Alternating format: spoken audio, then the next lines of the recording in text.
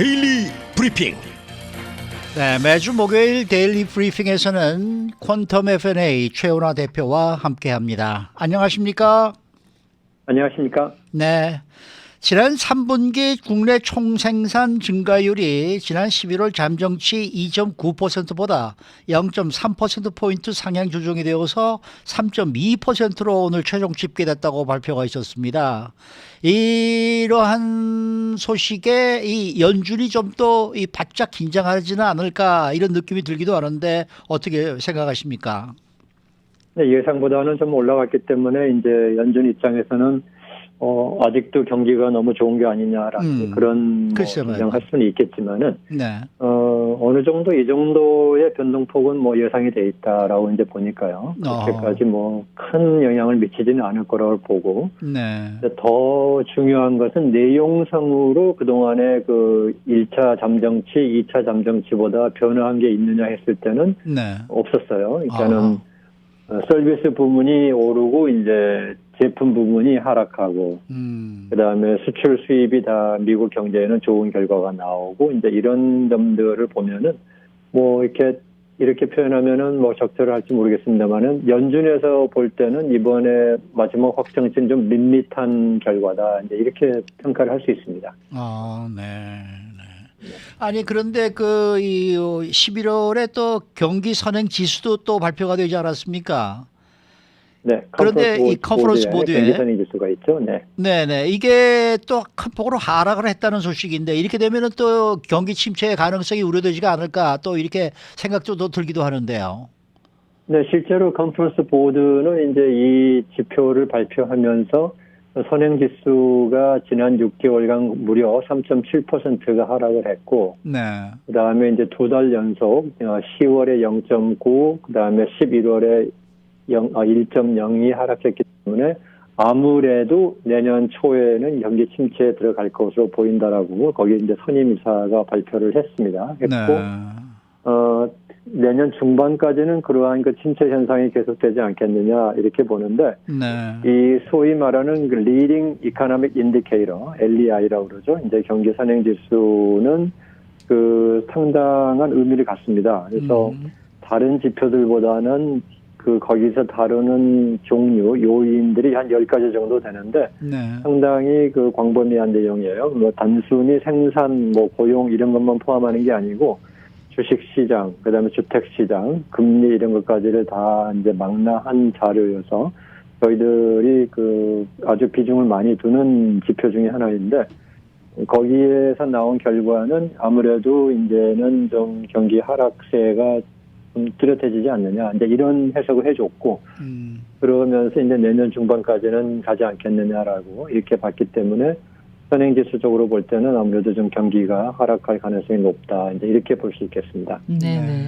거기에 그 세계 최대 채권 운용사 핌코의 공동 창업자 빌 그로스가 만약에 연준이 지속적으로 계속 금리를 올리면은 금융시장에 잠재적인 대혼란에 빠질 수 있다. 이렇게 또 일침을 가했거든요. 이건 우리가 또 어떻게 받아들여야 되겠습니까? 네, 이제 전문가들이 많아요. 금융 전문가들이 많고, 이제 그 중에서 저희들이 이름이 눈에 띄는 이름들이 있죠. 우리 빌 그로스라는 분도 이제 그런 분 중에 한 분인데, 예. 그런 한 분의 의견이다라고 좀 생각을 해서 좀 들을 필요가 있고요. 특히 이제 이렇게 그 순간순간 저희들이 스팟이라 그러는데 스팟으로 발표하는 내용들은 그 복잡한 내부적인 분석 자료가 없습니다. 그러니까 이것을 보고 이게 과연 무슨 뜻인가를 해석하기가 쉽지는 않은데 그 발표한 내용들이 나온 것만 보면은 이제 내용이 크게 두 가지를 얘기하시는 것 같아요. 그 회장께서 이제 하나는 이제 주택 시장이 이제 이렇게 계속 가면은 좀 침체에 빠지면은 그 주택에 관계된 채권도 상당히 좀 나빠질 수 있는 게 아니냐는 점이 있었고요. 두 번째 부분이 더 중요한데, 이제 저희들이 여기서도 여러 번 얘기했습니다만은, 연준의 금리 인상에 따른 긴축 정책이라고 하는 것은 언제나 효과가 한 7개월에서 9개월 정도 후에 나타난다. 이 점을 감안하면, 네네.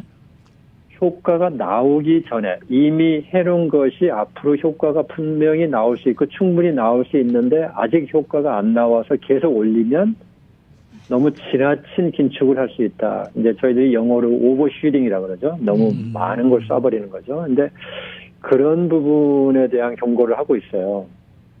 그러니까 쉽게 얘기하면은 그동안 해놓은 것만 가지고 앞으로 한 4, 5개월 지나면 분명히 경기가 나빠질 텐데 그럼에도 불구하고 지금 계속 올리고 있으면은 너무 과다한 긴축을 하지 않았느냐 이제 이런 얘기죠. 근데 그렇게 되면은 이 채권 시장이 상당히 그 혼란스러울 수 있다 하는 이제 이런 얘기인데 지금 여기서 저희들이 좀 관심 있게 보는 부분은 이제 뭐가 있냐면은 지금 세계가 환율 전쟁을 하고 있어요. 과거에는 환율을 자국의 환율 가치를 떨어뜨려 가지고 수출을 좀 증가시키려는 그런 그 환율 전쟁을 했다 그러면 지금은 자기네 나라의 통화 가치를 올리기 위한 환율 전쟁을 하고 있는데 이게 왜냐하면 인플레이션이 심해지는 시점에서 그 나라의 통화 가치가 떨어지면 수입 물가가 올라가잖아요. 그래서 이제 이것을 막기 위해서 이제 한국만 해도 1,300원, 1,400원대까지 가면은 한국의 수입 물가가 올라가니까 한국도 그 수입 물가를 막기 위해서 금리를 올리지 않을 수 없다. 금리를 올려가지고 한국의 원화 가치를 좀 올려야 된다 이런 건데 지금 이제 이 그로스 회장이 얘기한 부분을 저희가 좀 확대 해석하면 이런 세계가 왜 잠재적인 어떤 대혼란에 빠질 수 있을까 하는 거냐면 그 나라의 각국의 경제 상황이 안 좋은데도 불구하고 연준이 금리를 올리면 같이 따라서 올리지 않을 수 없는 상황이 되고 있는 거죠. 그러면은 그 나라의 수입 물가나 이런 면에서는 안정이 될 수 있겠지만 그 나라의 경기들이 다 훨씬 더 심하게 침체에 빠질 수 있다는 이제 이런 부분까지 확대 해석을 할 수 있습니다. 그래서 그런 점을 이제 감안하면 두 가지. 미국의 지금 주택 시장이 너무 지금 침체돼 버렸고 그 금리 인상으로 인해서 그다음에 세계 경제가 미국의 금리 인상에 따라서 다들 따라 올리기를 하면은 잘못하면은 세계 경제가 예상보다 훨씬 더 심한 경기 침체에 빠질 수 있으면은 글로벌 금융시장이나 글로벌 경제가 침체에 더 빠지게 되고 그러면은 이제 이 채권시장이나 금융시장의 혼란이 더 가속화될 수 있다. 이런 식으로 이제 해석을 했다라고 봐야 되는데 중요한 것은 이제 이런 분들이 얘기를 할 때마다 저희들이 조금 그 디스카운트를 해야 되는 건 뭐냐면요. 예를 들면 경제 정책을 담당하는 미국의 재무부나 아니면 연준은 이러한 수많은 저명한 학자들이나 실물 경제가들의 의견을 다 감안하고 있는 거거든요. 그래서 그 중에 한 의견이다. 이렇게 보셔야지 빌 그로스라는 분이 전설적인 채권 투자의 전문가였다는 사실만으로 너무 이렇게 지나치게 그분의 의견에 야 큰일 났다 이렇게 생각하실 필요는 없다 하는 점을 좀 말씀을 드리고 싶어요. 네. 그 다음에는 이 주택 판매 소식인데요. 이 11월에 기존 주택 판매가 또 하락하면서 10달 연속 하락세를 이어가고 있다라는 소식도 들어와 있는데 그렇다 그러면은 지금 이 상업 부동산 시장은 지금 어떻습니까? 이 역시 이것도 지금 위기에 직면했다 이렇게 볼 수 있는 겁니까? 네, 이게 주택 시장하고 상업용 부동산 시장은 이제 좀 움직이는 그 역학이 좀 달라요. 그렇겠죠. 네. 네, 이게 주택 시장은 기본적으로 그 소비자들의 거주를 위한 시장이잖아요. 그렇죠. 살기 위해서 그 사는 주택이 대부분이잖아요. 물론 투자용 주택도 좀 있지만은 그 과정에서 소비의 형태, 그러니까 수요의 행태가 좀 다릅니다. 그러니까 아무리 경기가 나빠도 주택을 사실 분들은 사시는 거예요. 네. 또 그다음에 주택 가격이 아무리 올라도 사셔야 될 분은 사시는 거예요. 그렇죠. 그리고 주택 시장이 상업용 부동산과 달리 또 하나의 큰 차이점은 뭐가 있냐면 세계에서 거의 유일하게 30년 고정이라는 그 어떤 금리 구조를 가지고 있어요. 주택 시장. 그렇죠. 네, 그래서 주택 시장의 움직임은 상당히 조용히 거대하게 움직이는 시장이에요. 그래서 이게 하락세에 들어간다 그러면 은근히 빠져나가면서 이제 시간이 많이 필요한 건데 비해서 상업용 부동산은 대부분 투자용으로 사시는 거잖아요. 그렇죠. 투자용으로 사시기 때문에 어디에 훨씬 더 민감하냐면 금리에 더 민감해요. 주택 시장보다. 아하.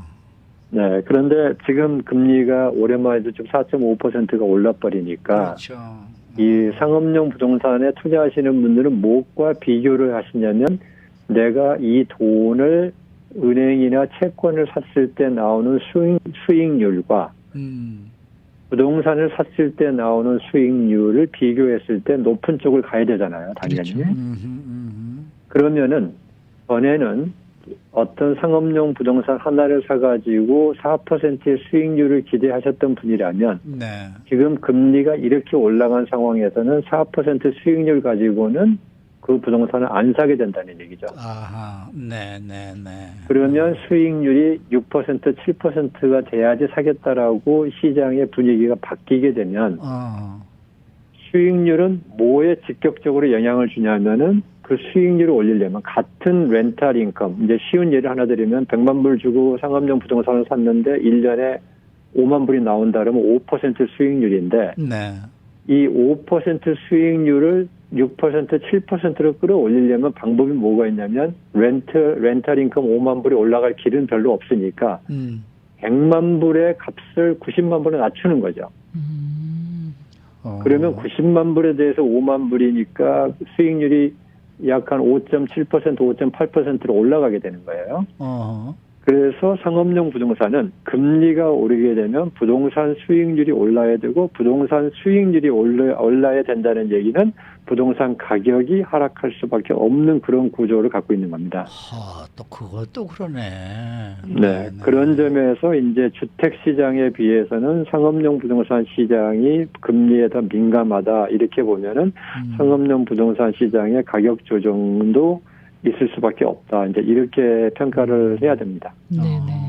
자, 그러면은 주택 시장은 우리가 직접적으로 이제 연관이 있으니까 이해가 좀 빠른데 상업용 부동산 시장이 만약에 이제 그렇게 되면 우리 사회에 우리 삶에 어떤 그 변화가 생기는 건가요? 상업용 부동산 시장이 어려워지면은 예. 여러 가지 이제 여파가 있는데 사실 소비자들 입장에서는 뭐 그 여파를 느끼기가 쉽지 않아요. 왜냐하면 뭐 만약에 어떤 그 쇼핑센터가 있다는데 쇼핑센터의 주인이 바뀐다던가 쇼핑센터가 잘못된다 하더라도 입주자들이 거기서 계속 그 사업을 하시는 경우에는 뭐 별로 소비자들이 느끼지 못할 아니면 거고. 렌트비가 오른다던가.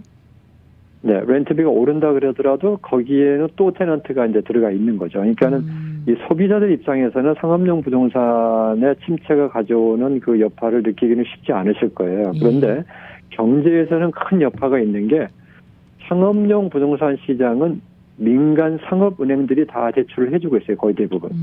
네. 그리고 보험회사라든지 이런 데가 대출을 해주고 있는데 이쪽 시장에서 부도율이 올라가는 거죠. 연체율이나 부도율이 올라가면 이 그쪽의 은행권의 수익이 많이 떨어지거나 보험회사의 수익률이 떨어지거나 이럴 수가 있어서 결국은 미국 경제 전체적으로 이익이 하락을 하는 겁니다.